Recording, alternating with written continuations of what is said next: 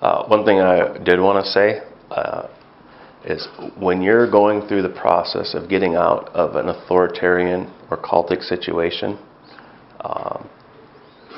it's really messy and it's not easy, and it does take a lot of courage. And what happens is people will pick you apart because you're willing to question things, and for most people that are willing to get to move forward in life and to get beyond a very sick and ungodly situation, they're honest enough to not be okay. And everyone around them seems okay, and they have it together, especially in the Christian type religious cults, but all of the religious cults. So the cult people have it together, quote unquote, and then they will tear apart anyone that's not okay to keep them in the system. So it takes a lot of courage to be able to be not okay and still push forward when everyone else is being able to use your own human weaknesses against you. And what people need to remember is the reality is those people are strong, and they're strong enough to be honest. They're strong enough to question things, and they have the courage to move forward against headwinds that are really challenging.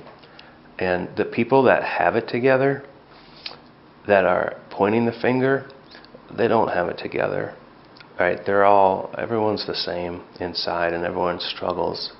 And if it wasn't for the gospel and the grace of Christ, we would be in big trouble. So it's something that's really important to remember.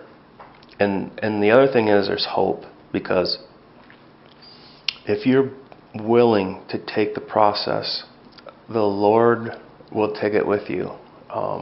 It's really important to remember that.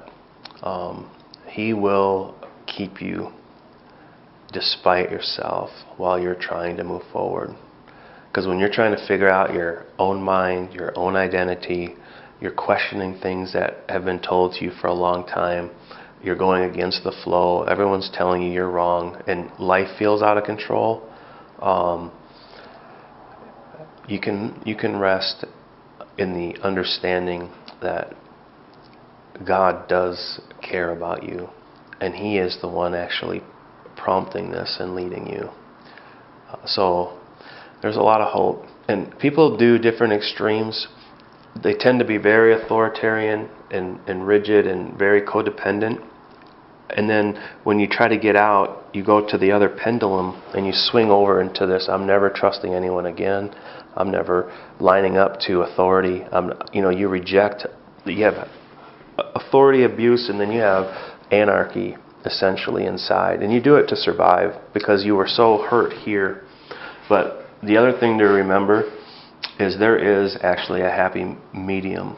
The Bible does lay out, even though some people abused it, the Bible does lay out a real structure for protection and authority. It's just not like anything you've ever seen, because the people that were claiming to be God's agents weren't, and they're lying.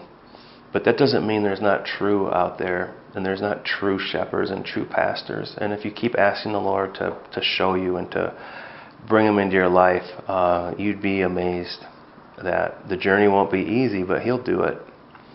And there are real pastors and real shepherds that love the Lord, that don't control people, and that really seek to magnify both Christ and the gospel. They don't need to control. Real love frees people, and it makes them a slave in the best possible way. You're free. You do things because you want to in a real system, not because you're told to, or because you have to, or because you're rebellious if you don't.